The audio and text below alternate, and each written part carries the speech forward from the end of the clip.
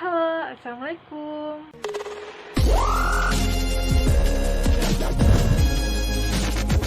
Perkenalkan, nama saya Putri Uswatun Hasanah, NIM T2019-1004. Saya dari Program Studi Pendidikan Agama Islam, Fakultas Tarbiyah dan Ilmu Keguruan dari Institut Agama Islam Negeri Jember. Di video kali ini, saya akan menjelaskan mengenai mobilitas sosial di dalam pendidikan. Nah, mobilitas sosial di dalam pendidikan ini ada 4 cakupan, yaitu yang pertama adalah pendidikan dan mobilitas sosial, yang kedua adalah teori dan konsep mobilitas sosial, yang ketiga adalah sekolah dan mobilitas sosial, dan yang keempat, yang terakhir adalah dampak dan konsekuensi dari mobilitas sosial. Langsung saja kita ke cakupan yang pertama. Yang pertama adalah pendidikan dan mobilitas sosial. Sebelum kita lanjut, kita ke pengertiannya terlebih dahulu. Dari pendidikan sendiri secara umumnya adalah kegiatan proses belajar yang bertujuannya untuk memperoleh pengetahuan dan keterampilan. Tapi ada definisi lain dari pendidikan, yaitu suatu usaha yang sengaja dilakukan secara sistematis agar suasananya kondusif, sehingga peserta didik bisa mengembangkan bakat dan keterampilannya dengan lebih maksimal lagi. Nah, dengan mengikuti pendidikan yang ditempuh, diharapkan para peserta didik mampu memiliki kepribadian yang baik, keterampilan yang baik, agar untuk di masa depannya bisa berguna bagi dirinya sendiri maupun untuk masyarakat di sekitarnya. Nah, dari pendidikan sendiri ternyata ada fungsinya loh.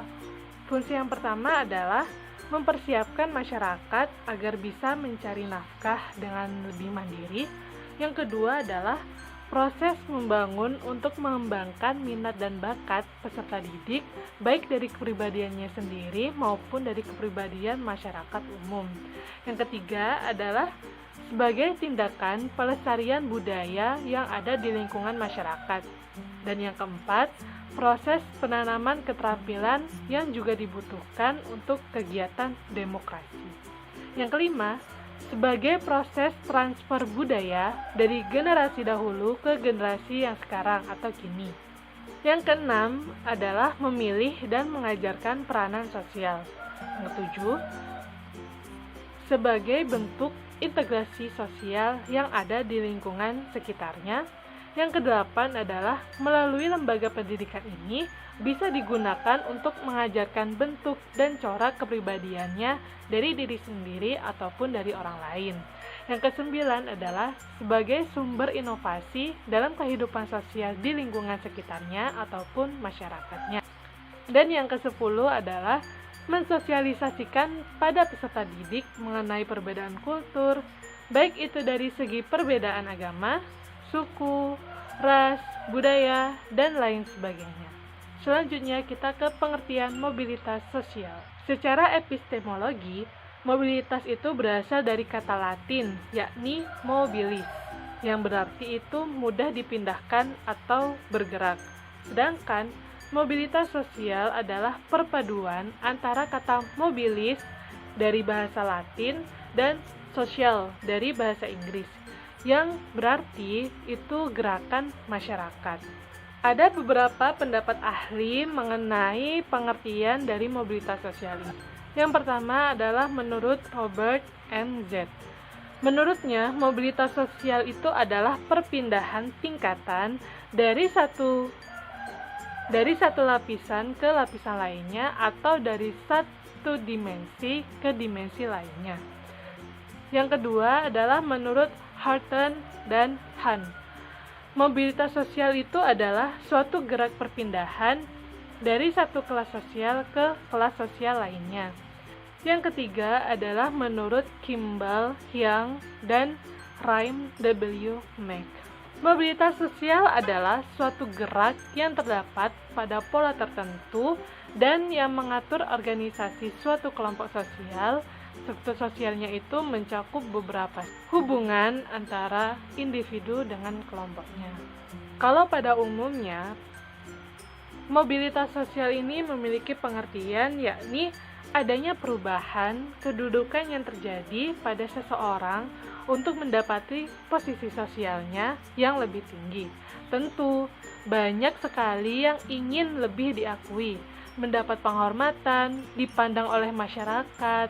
Jadi, dengan adanya mobilitas ini akan melakukan serangkaian proses untuk menuju ke posisi yang lebih tinggi.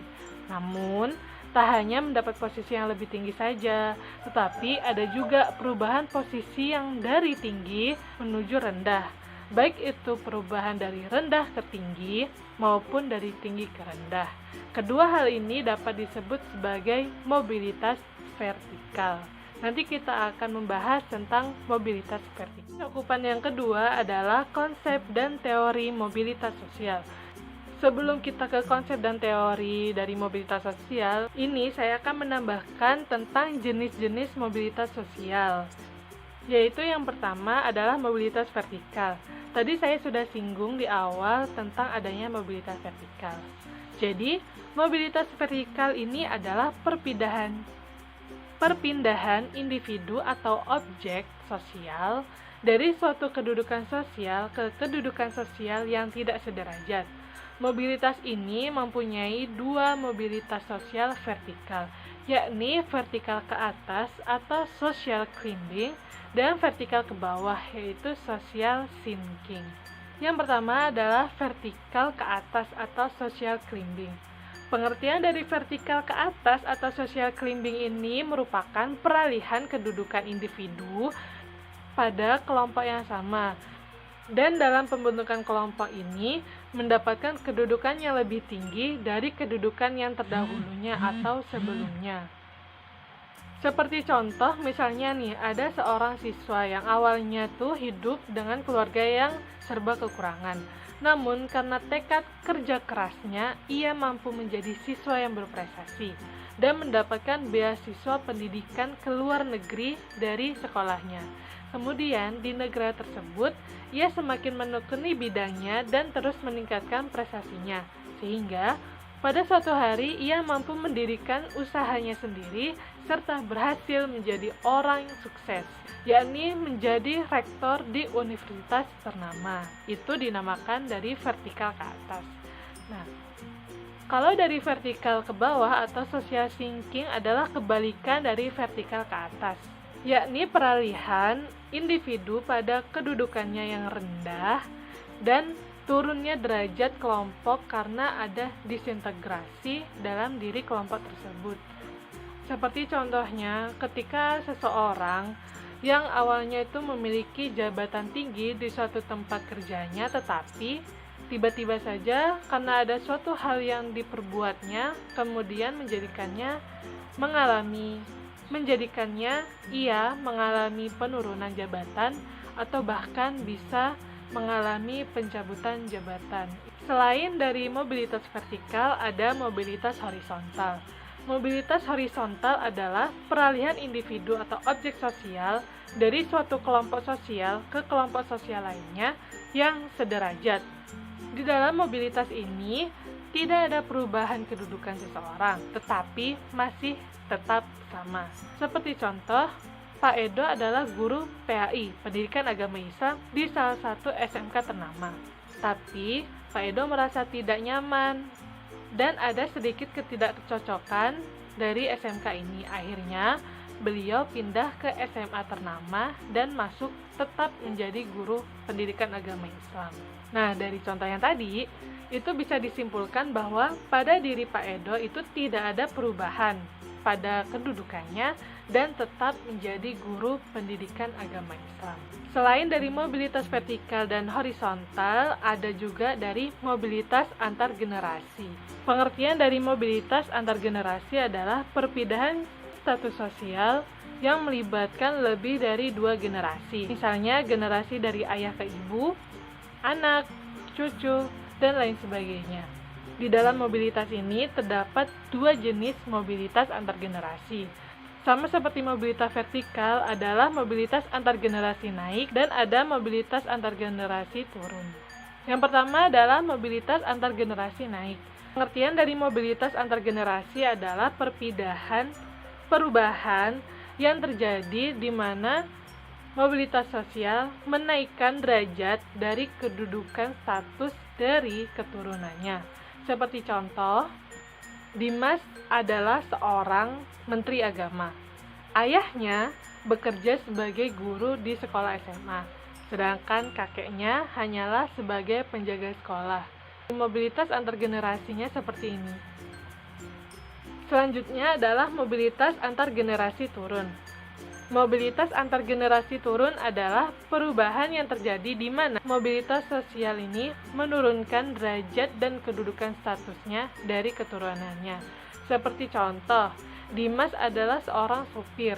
Ayahnya bekerja sebagai pengusaha, sedangkan kakeknya adalah jenderal TNI. Bagian dari mobilitas antar generasi turun adalah seperti ini. Selain dari mobilitas vertikal, horizontal, dan antar generasi, ada mobilitas intragenerasi.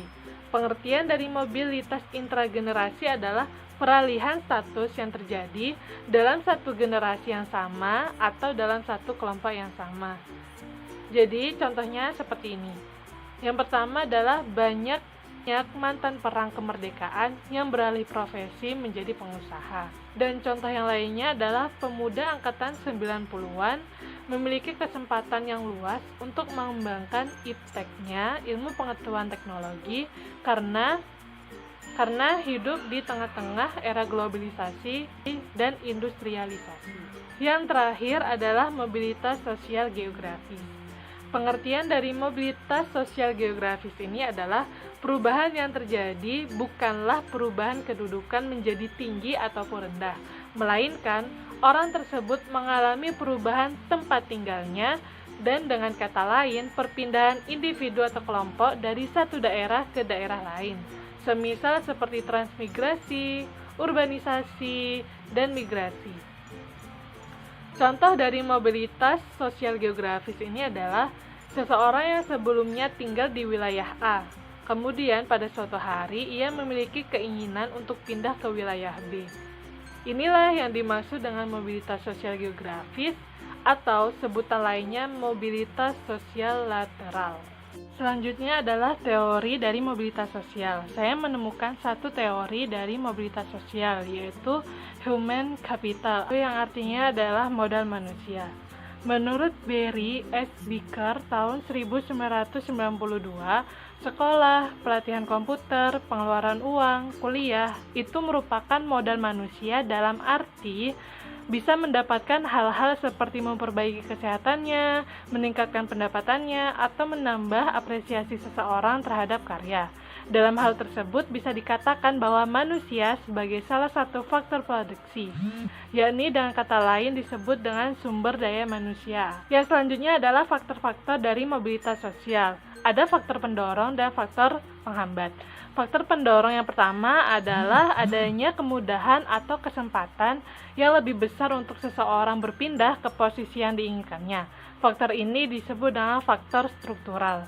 Yang kedua, mobilitas sosial dapat terjadi tergantung dari seberapa baik kualitas diri yang dimiliki oleh seseorang.